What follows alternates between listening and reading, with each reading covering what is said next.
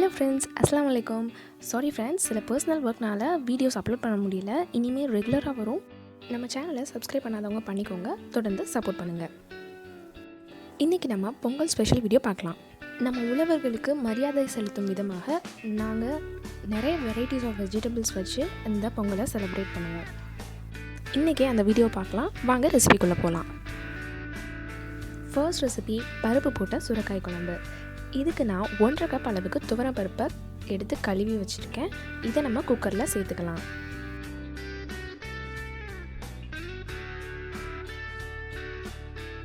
ஒரு பெரிய வெங்காயம் கட் பண்ணி வச்சுருக்கேன், அதையும் ஆட் பண்ணிக்கலாம். 3 மீடியம் சைஸ் தக்காளி, அதையும் ஆட் பண்ணிக்கலாம். ஒரு பச்சை மிளகா, 3 பூண்டு பல், கொஞ்சமாக மஞ்சள் தூள்,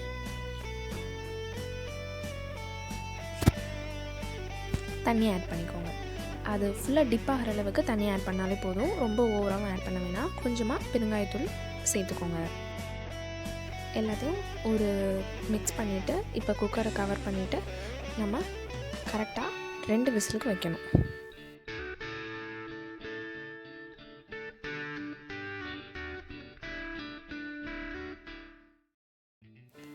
இப்போ சைடில் ஒரு ஹெவி பாட்டம் பேனில் ஒரு ஹாஃப் சுரைக்காய் எடுத்து, அதாவது ஒரு 300 கிராம்ஸ் அளவுக்கு இருந்தால் போதும்.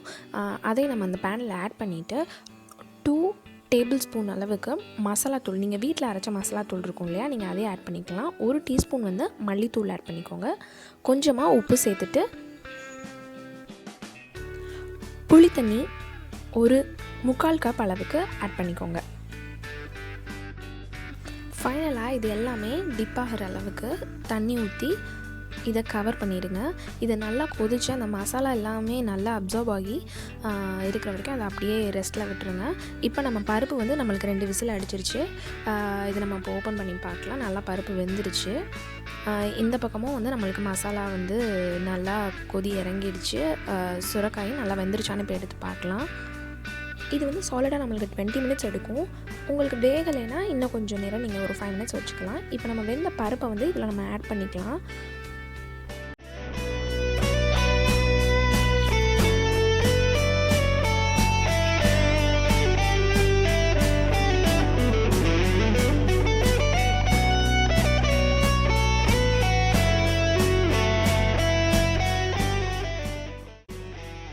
அது நல்லா கொதிக்கட்டும். இப்போ நம்ம ஒரு தாளிக்கிற கடையில் இந்த குழம்புக்கு தாளித்து எடுத்துக்கலாம். கொஞ்சமாக எண்ணெயை ஆட் பண்ணிவிட்டு அதில் கடுகு உளுந்த சேர்த்துக்கோங்க, கருவேப்பிலை,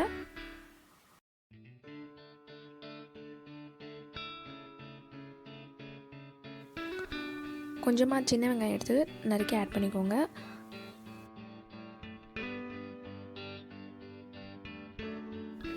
ஒரு டீஸ்பூன் மிளகாய்த்தூள் ஆட் பண்ணிக்கோங்க. இப்போ ஒரு டேபிள் ஸ்பூன் அளவுக்கு, அதாவது ஒரு பெரிய டேபிள் ஸ்பூன் அளவுக்கு சாம்பார் பொடியை ஆட் பண்ணிக்கலாம். எல்லாத்தையும் நல்லா மிக்ஸ் பண்ணி விட்டுட்டு நல்லா தாளிச்சதுக்கப்புறம் இதை அப்படியே நம்ம அந்த குழம்புல ஆட் பண்ணிக்கலாம்.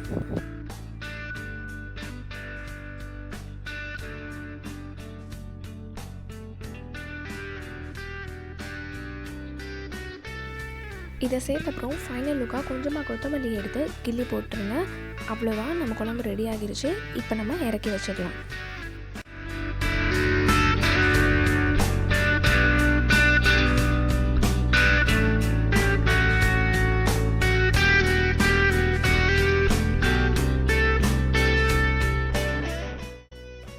இது நம்ம செகண்ட் ரெசிபி மிளகு ரசம்.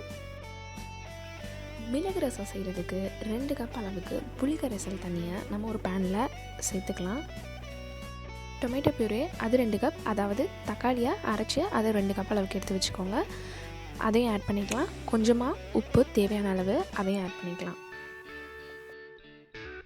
3ஐயும் சேர்த்து நல்லா மிக்ஸ் பண்ணி விட்டுருங்க. இப்போ நம்ம அதை ஒரு லெட் வச்சு கவர் பண்ணிடலாம். இது நல்லா கொதிக்கட்டும். அந்த கேப்பில் நம்ம மிக்சியில் அரைச்சி எடுக்க வேண்டியதெல்லாம் எடுத்துடலாம். மிளகு, சீரகம், பச்சை மிளகா, கருவேப்பிலை, மஞ்சள், துவரம் பருப்பு, இது எல்லாத்தையும் கொஞ்சம் கொஞ்சமாக எடுத்துகிட்டு மிக்சியில் கிரைண்ட் பண்ணி எடுத்துக்கோங்க. 5, 6 பூண்டு பல்லை எடுத்து அம்மியில் எடுத்து நச்சு வச்சுருக்கேன். அதையும் இதோட மிக்ஸ் பண்ணிவிட்டு இப்போ நம்ம கொதிச்சிட்டு இருந்துச்சு இல்லையா, அதில் நம்ம இதை ஆட் பண்ணிக்கலாம். நல்லா மிக்ஸ் பண்ணி விட்டுருங்க. அப்போ தான் அந்த ஸ்பைசஸ் எல்லாம் நல்லா போய் இறங்கும். இப்போ கொஞ்சமாக ரொம்ப சின்ன சைஸில் நம்ம வெல்லம் ஆட் பண்ணிக்கலாம். இது வந்து இந்த ரசத்துக்கு ஒரு நல்ல ஃப்ளேவர் கொடுக்கும். இப்போது லாஸ்ட்டாக நம்ம ரசத்துக்கு தாளித்து எடுத்துக்கலாம். இதுக்கு வந்து ஒரு தாளிக்கிற கடாயில் கொஞ்சமாக எண்ணெயை ஊற்றிக்கிட்டு கடுகு, உளுந்து, பட்டை மிளகாய் இது ரெண்டையும் போட்டு நல்லா வறுத்து எடுத்ததுக்கப்புறம் அந்த ரசத்தில் இதை ஊற்றிடலாம். இப்போது நல்லா மிக்ஸ் பண்ணி விட்டுருங்க. இது வந்து இப்போ கவர் பண்ணிடலாம். இது நல்லா ஒரு கொதிக்கட்டும். கொதிச்சு முடிச்சப்புறம் ஃபைனலாக அதே மாதிரி கொத்தமல்லியை பிச்சு போட்டு அதையும் ஆட் பண்ணிக்கலாம். அவ்வளோதான், ரசம் ரெடி ஆகிடுச்சு. இதை நம்ம இறக்கிடலாம். நம்மளோட 3rd ரெசிபி மோர் குழம்பு. இது ரொம்பவே ஈஸியான ரெசிபி. இதுக்கு வந்து நம்ம ஒரு கடாயில் கொஞ்சமாக எண்ணெய் ஆட் பண்ணிக்கலாம். கடுகு, உளுந்து 1 டேபிள் ஸ்பூன், பச்சை மிளகா பொடியாக நறுக்குனது 1, இஞ்சி வந்து கொஞ்சமாக ஒரு 4-5 ஸ்லைசஸ் வந்து நீங்கள் ஆட் பண்ணிக்கலாம். ரொம்ப காரமாக இருக்கணும் அப்படின்னா இன்னும் கொஞ்சமே நீங்கள் ஆட் பண்ணிக்கலாம். கருவேப்பிலையை சேர்த்து நல்லா தாளிச்சிடுங்க.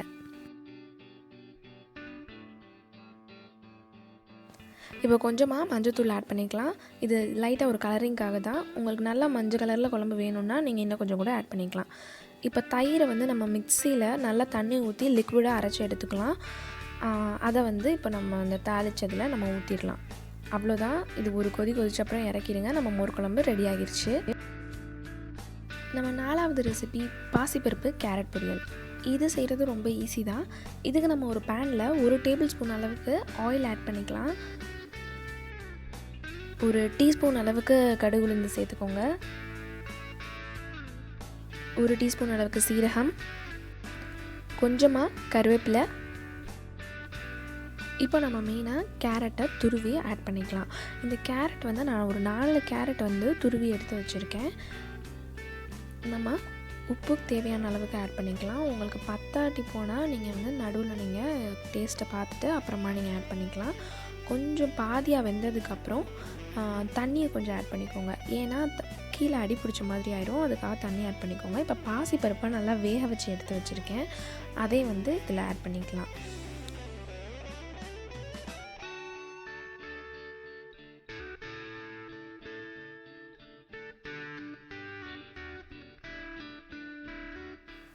இப்போ நல்லா வெந்துருச்சு. இந்த ஸ்டேஜில் நம்ம கடைசியாக தேங்காய் துருவலை கொஞ்சமாக ஆட் பண்ணிவிட்டு ஒரு மிக்ஸ் பண்ணி விட்டுக்கோங்க. அவ்வளோதான், ரெடி ஆகிடுச்சு. இப்போ நம்ம ஸ்டவ்வை ஆஃப் பண்ணிடலாம். இது வந்து கரெக்டாக ஒரு 15 மினிட்ஸ் தான் டைம் எடுத்துச்சு. இப்போ நம்ம 5th ரெசிபியாக சௌசௌக்கா பொரியல் எப்படி பண்ணுறது அப்படின்னு பார்க்கலாம். இது வந்து ஒரு கடாயில் கொஞ்சமாக நம்ம ஆயில் ஆட் பண்ணிவிட்டு 1 டீஸ்பூன் அளவுக்கு கடுகு, உளுந்து ஆட் பண்ணிக்கலாம். கருவேப்பிலை, ஒரு 4 சின்ன வெங்காயம் பொடிசாக நறுக்குனது. இப்போ நம்ம இந்த சௌசௌக்காவையும் குட்டி குட்டியாக க்யூப்ஸாக நம்ம கட் பண்ணி வச்சுட்டு அதையும் ஆட் பண்ணிக்கலாம். தோலெல்லாம் நல்லா பீல் பண்ணி எடுத்துகிட்டு அப்புறமா க்யூப் சைஸில் கட் பண்ணி எடுத்துக்கோங்க. இப்போ நம்ம உப்பு கொஞ்சமாக ஆட் பண்ணிட்டோம். இதை நல்லா கிளறி விட்டுருங்க. ஒரு சிட்டிகை அளவுக்கு மஞ்சள்தூளை எடுத்து ஆட் பண்ணிக்கலாம். இது நல்லா கிளறி விட்டுருங்க. இதை வந்து இப்போ ஒரு லெட் வச்சு கவர் பண்ணிடலாம். இது நல்லா வேகட்டும். இப்போது சைடாக வந்து நம்ம ஒரு மிக்சர் ஜாரில் 3/4 கப் அளவுக்கு தேங்காய் துருவலை ஆட் பண்ணிக்கலாம்.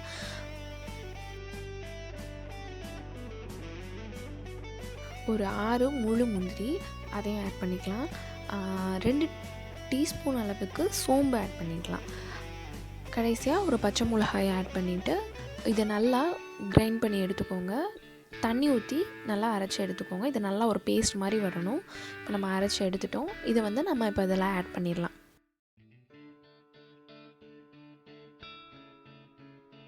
இப்போ நல்லா மிக்ஸ் பண்ணிவிட்டு கவர் பண்ணிடுங்க. இந்த ஃப்ளேவர் நல்லா அதில் இறங்கட்டும்.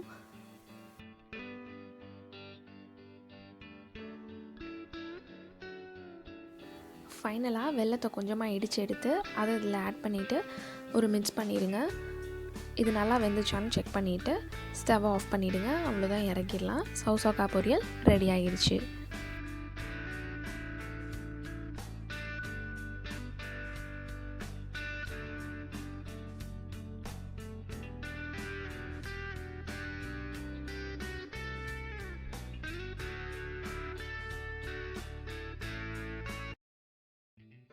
இப்போ நம்ம 6th ரெசிபியாக புடலங்காய் பருப்பு கூட்டு எப்படி வைக்கிறதுன்னு பார்க்கலாம். இதுக்கு ஒரு பேனில் கொஞ்சமாக ஆயில் ஆட் பண்ணிவிட்டு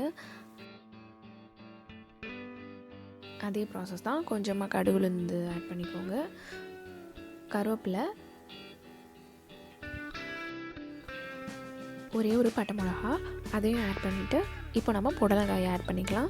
இது வந்து நீட்டமாக கட் பண்ணி வச்சுருக்கேன். நீங்களும் அந்த மாதிரியே கட் பண்ணிக்கோங்க. பார்க்கும்போது கொஞ்சம் டிஃப்ரெண்ட்டாக அழகாக இருக்கும். இப்போ நம்ம தேவையான அளவு கொஞ்சமாக உப்பு ஆட் பண்ணிக்கலாம். இது இப்போ நல்லா கிளறி விட்டுக்கோங்க. இது பாதி வெந்ததுக்கப்புறம் ஒரு ஸ்டேஜ் வரும் இல்லையா, அந்த ஸ்டேஜில் வந்துட்டு நம்ம கடலைப்பருப்பு வந்து நான் வேக வச்சு எடுத்து வச்சுருக்கேன், அதை வந்து இதில் ஆட் பண்ணிக்கலாம். இது வந்து 1 கப் அளவுக்கு கடலைப்பருப்பு. இதையும் சேர்த்து நல்லா மிக்ஸ் பண்ணி விட்டுக்கோங்க.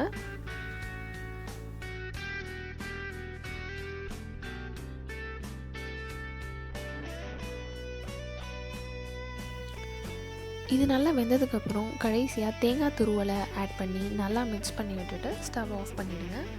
அவ்வளோதான், நம்ம புடலங்காய் பருப்பு கூட்டு ரெடி ஆகிடுச்சு.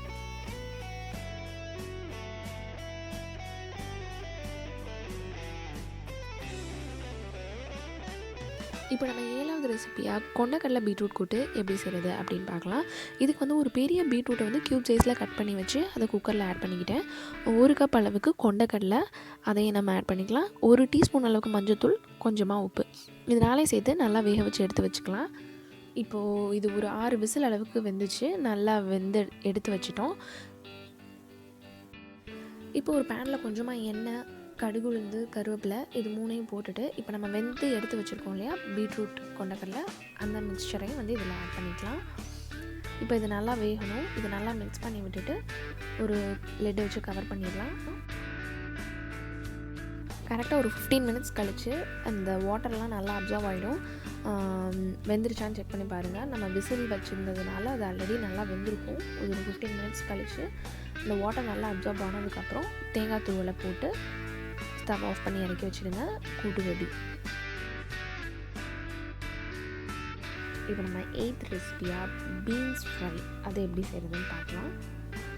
இதுக்கும் ஒரு பேனில் ஆயில் ஆட் பண்ணிக்கலாம், கடுகு உளுந்து ஆட் பண்ணிக்கலாம், கொஞ்சமாக கருவேப்பிலை, கடைசியாக பீன்ஸ் பொடிசாக நறுக்குனது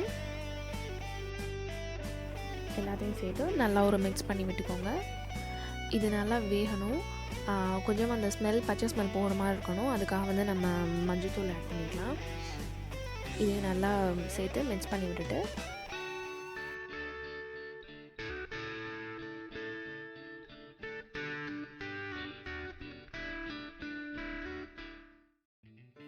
இப்போ ஒரு மிக்சர் ஜாரில் 3/4 கப் அளவுக்கு தேங்காய் துருவலை எடுத்துக்கலாம். ஒரே ஒரு பட்டை மிளகா, கொஞ்சமாக கடுகு, இது 3ஐயும் நல்லா இப்போ அரைச்சி எடுத்துக்கலாம். இந்த அரைச்சி எடுத்ததை வந்து பீன்ஸில் ஆட் பண்ணிக்கலாம். அவ்வளோதான், ரெடி ஆகிடுச்சு. இதை ஒரு ஃப்ரை பண்ணிவிட்டு ஸ்டவ் ஆஃப் பண்ணி இறக்கிடுங்க. கூட்டு ரெடி. இப்போ நம்ம 9th ரெசிபியாக ஆந்திரா ஸ்டைல் குட்டி வெங்காயா எப்படி செய்கிறதுன்னு பார்க்கலாம். இது ஆந்திராவில் ரொம்ப ஃபேமஸ், எல்லாருக்குமே ரொம்ப ஃபேவரட்டான டிஷ் கூட. இதுக்கு வந்து ஒரு பேனில் வெள்ளை எள்ளு இருக்கு இல்லையா, அதை வந்து நல்லா ட்ரையாக ரோஸ்ட் பண்ணி எடுத்துக்கலாம். அந்த ஸ்மெல் நல்லா வர அளவுக்கு நல்லா வறுத்து எடுத்துக்கோங்க. இப்போ வந்து ஒரு மிக்சர் ஜாரில் 3/4 கப் அளவுக்கு நிலக்கடலை பருப்பு இருக்குல்ல, அதை நம்ம தோல் உரித்து ஆட் பண்ணிக்கலாம். இந்த வெள்ளை எள்ளு அதையும் வறுத்து எடுத்து வச்சுருக்கோம்ல, அதை வந்து 3/4 கப் அளவுக்கு தேங்காய் துருவல், 2 டீஸ்பூன் அளவுக்கு கரம் மசாலா இதை ஆட் பண்ணிவிட்டு நல்லா அரைச்சி எடுத்துக்கலாம். நல்லா கிரைண்ட் கோஸ் பண்ணிடலாம். இந்த மாதிரி இருக்கணும். இப்போ வந்து ஒரு கத்திரிக்காய் இருக்குல்ல, அதை வந்து நம்ம முழுசாக எடுத்துக்கலாம். அதை வந்து இந்த மாதிரி ப்ளஸ் சிம்பிளில் ஒரு 2 கிராஸ் கட் நீங்கள் பண்ணணும். முழுசாக கட் பண்ணிடக்கூடாது, ஒரு பாதி அளவுக்கு தான் கட் பண்ணணும். அதே மாதிரி இப்போ நம்ம எல்லா கத்திரிக்காய்க்குமே பண்ணி எடுத்துக்கலாம்.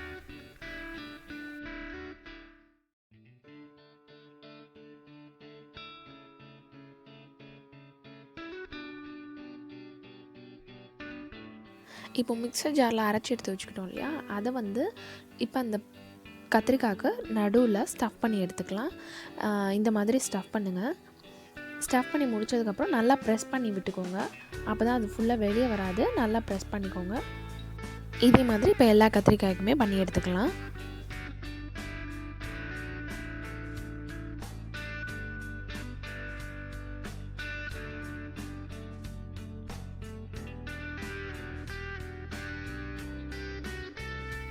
இப்போ ஒரு கடாயில் ஆயில் ஊற்றிட்டு நல்லா அது ஹீட் ஆனதுக்கப்புறம் இந்த கத்திரிக்காயை முழுசாக அதே மாதிரி போட்டு பொரித்து எடுத்துருக்கோங்க.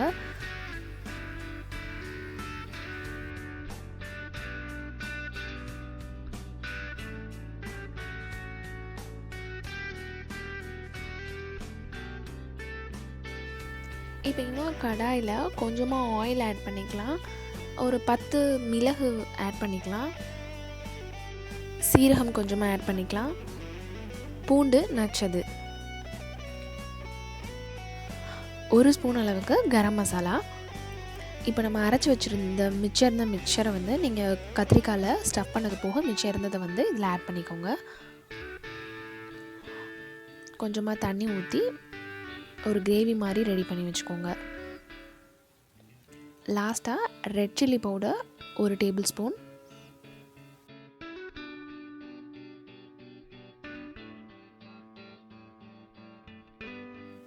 டேஸ்ட்டுக்கு கொஞ்சமாக உப்பு ஆட் பண்ணிக்கோங்க. கருவேப்பிலை ஆட் பண்ணிக்கோங்க. அப்புறம் ஒரு 3/4 கப் அளவுக்கு புளி கரைச்ச தண்ணி அதையும் ஆட் பண்ணிக்கோங்க. இப்போ நம்ம பொரிச்சு எடுத்து வச்சுருந்தோம் இல்லையா அந்த கத்திரிக்காய், அதையும் வந்து முழுசாக ஆட் பண்ணிக்கலாம். இது ஒரு 10 மினிட்ஸ்க்கு அப்படியே விட்டுருங்க. அப்போ தான் இந்த கிரேவி நல்லா இந்த கத்திரிக்காயெலாம் இறங்கும். அவ்வளோதான், நம்ம குட்டி வெங்காயம் ரெடி ஆகிடுச்சு. இதை ட்ரை பண்ணி பாருங்கள். கண்டிப்பாக வேறு லெவல் டேஸ்ட்டாக இருக்கும். இப்போ நம்ம 10th ரெசிபியாக பட்டர் பீன்ஸ் கிரேவி எடுத்துக்கலாம். இது பட்டர் பீன்ஸ் வந்து நம்ம குக்கரில் தான் வேக வச்சாகணும். ஸோ குக்கர் எடுத்துக்கலாம். இதில் 3/4 கப் அளவுக்கு ஆயில் ஆட் பண்ணிக்கலாம். இப்போ பட்டை, கிராம்பு, ஏலக்காய் இது 3ஐயும் ஆட் பண்ணிக்கலாம். வெங்காயம் 1 கப் அளவுக்கு சின்ன வெங்காயம் பொடிசாக நறுக்குனது அதையும் ஆட் பண்ணிக்கலாம். இது இப்போ ஒரு டிரான்ஸ்பரண்ட் ஸ்டேஜ் வர வரைக்கும் வெயிட் பண்ணலாம். இப்போ வந்துடுச்சு. நம்ம புதினாவை ஆட் பண்ணிக்கலாம். கொஞ்சமாக 2 தக்காளி சின்னதாக நறுக்குனது, கொஞ்சமாக உப்பு, இது எல்லாத்தையும் ஆட் பண்ணிவிட்டு நல்லா மிக்ஸ் பண்ணி விட்டுருங்க.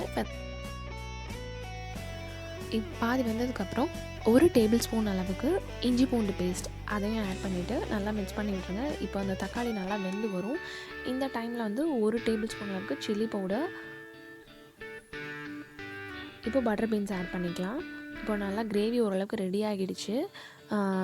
இப்போ கொஞ்சமாக வாட்டர் ஆட் பண்ணிவிட்டு குக்கரை நம்ம கவர் பண்ணிடலாம்.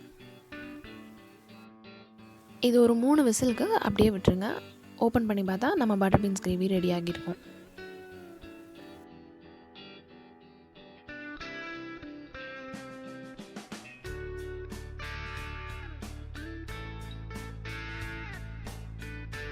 அவ்வளோதான், ரெடி ஆகிடுச்சு. உப்பு டேஸ்ட் பண்ணிவிட்டு இதை அப்படியே சர்வ் பண்ணிவிடுங்க. இப்போ நம்ம 11th ரெசிபி உருளைக்கிழங்கு வறுவல். இதுக்கு ஒரு பேனில் ஆயில் ஆட் பண்ணிவிட்டு கொஞ்சமாக கடுகுளுந்து, பட்டை, 1 டீஸ்பூன் அளவுக்கு சோம்பு,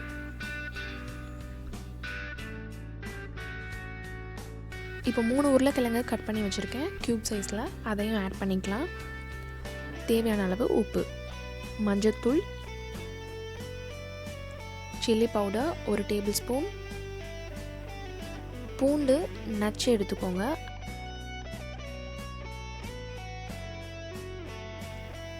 கருவேப்பிலையை பிச்சு போட்டு ஆட் பண்ணிக்கலாம். இப்போ கவர் பண்ணிடுங்க. அது நல்லா வேகட்டும். இப்போ ஓப்பன் பண்ணி பார்க்குறோம். நல்லா வெந்துருச்சு. அந்த அடியில் லைட்டாக பிடிச்சிருக்கோம், அதை நல்லா ஸ்க்ராப் பண்ணி விட்டுக்கோங்க. அவ்வளோதான், ரெடி ஆகிடுச்சு உருளைக்கிழங்கு வறுவல். இப்போ நம்ம 12th ரெசிபி பருப்பு வடை. இதுக்கு ஒரு கடாயில் 1 கப் அளவுக்கு துவரம் பருப்பை ட்ரை ரோஸ்ட் பண்ணி எடுத்துக்கோங்க.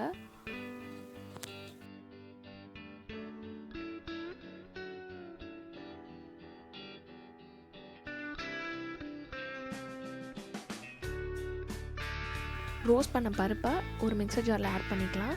2 பட்டை மிளகா, கொஞ்சமாக உப்பு, இஞ்சி பூண்டு விழுது எல்லாத்தையும் போட்டு அரைச்சி எடுத்துக்கோங்க. இந்த மாதிரி ஒரு டெக்ஸ்சரில் இருக்கும்.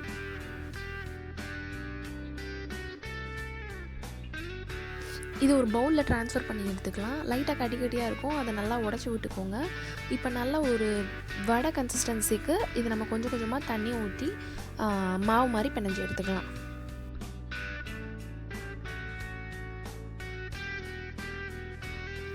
சின்ன வெங்காயம் பொடிசாக நறுக்குனது, கருவேப்பிலையும் குட்டி குட்டியாக கட் பண்ணி அதையும் இதோட ஆட் பண்ணிவிட்டு இப்போ ஒரு வடை கன்சிஸ்டன்சி வர அளவுக்கு நல்லா தண்ணி ஊற்றி பிணைஞ்சு எடுத்துக்கலாம்.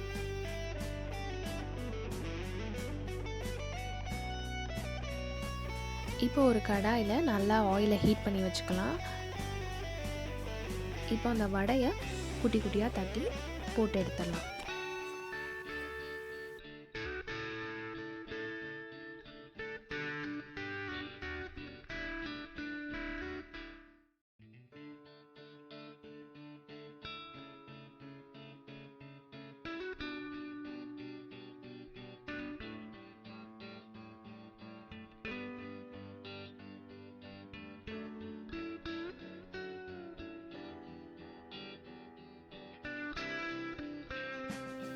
நம்ம வடை ரெடி ஆகிடுச்சு.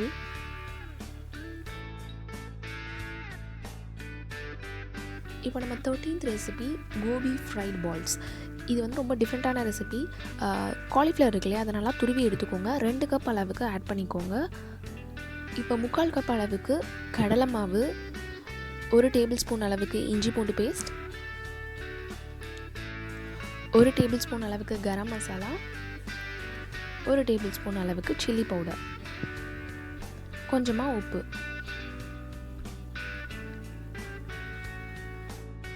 இது எல்லாத்தையும் சேர்த்து நல்லா ஒரு மிக்ஸ் பண்ணி விட்டுக்கோங்க.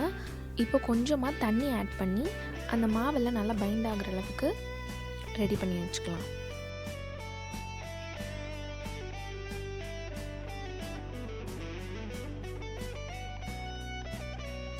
இந்த மாவு நல்லா ரெடி ஆகிருச்சு. இது நல்லா பால்ஸாக உருட்டி எடுத்து வச்சுக்கோங்க.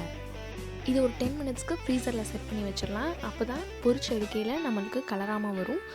நீங்கள் பிரெட் க்ரம்ஸில் கூட கோட் பண்ணி பொரிச்சு எடுத்துக்கலாம்.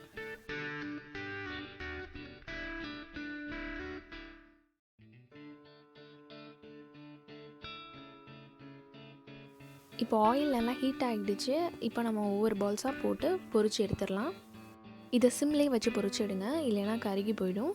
ஒரு 5 மினிட்ஸ்க்கு ஒரு தடவை திருப்பி விட்டுக்கோங்க.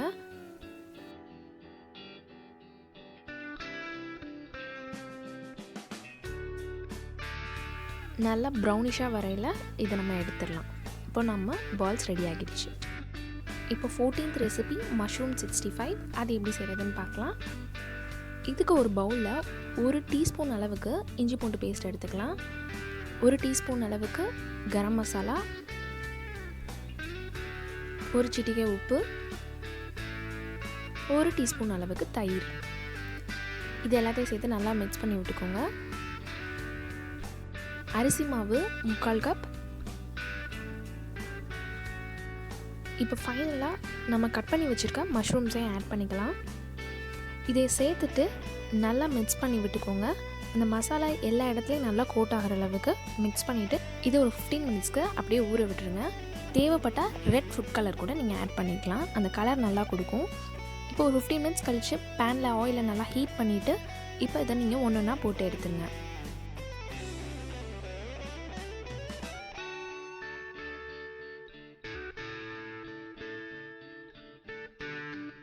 இதை ஃபுல் சிம்மில் வச்சு நல்லா ஃப்ரை பண்ணி எடுத்துக்கோங்க.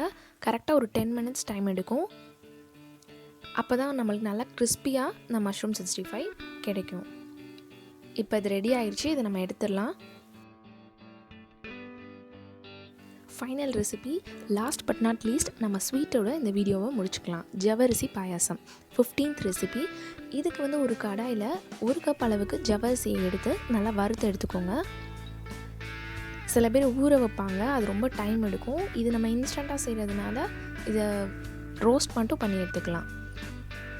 அப்புறமா குக்கரில் 2 டம்ளர் அளவுக்கு தண்ணி சேர்த்துக்கலாம். இந்த வறுத்து வச்சுருந்த ஜவ்வரிசியை அதில் ஆட் பண்ணிக்கலாம்.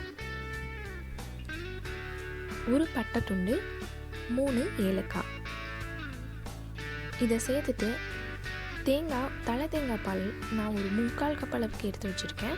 அதையும் நம்ம ஆட் பண்ணிக்கலாம். எல்லாத்தையும் மிக்ஸ் பண்ணி விட்டுட்டு இப்போ குக்கரை மூடிக்கலாம். இதை ஒரு 3 விசிலுக்கு அப்படியே விட்டுருங்க.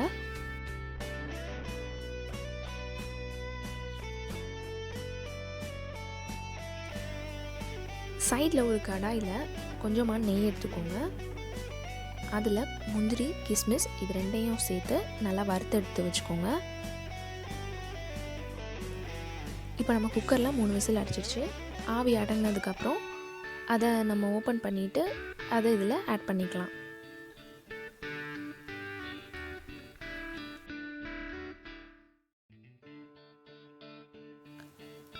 ½ கப் அளவுக்கு சர்க்கரை ஆட் பண்ணிவிட்டு அதை நல்லா மிக்ஸ் பண்ணி விட்டுக்கோங்க. ஃபைனலாக கொஞ்சமாக நெய் ஆட் பண்ணிவிட்டு தேங்காய் பூ துருவி வச்சுருந்தீங்கன்னா அதை ஆட் பண்ணிக்கோங்க. இல்லைன்னா தேங்காவை சில்லெடுத்து மிக்சியில் அரைச்சி அதை கூட நீங்கள் ஆட் பண்ணிக்கலாம், தண்ணி சேர்க்காம.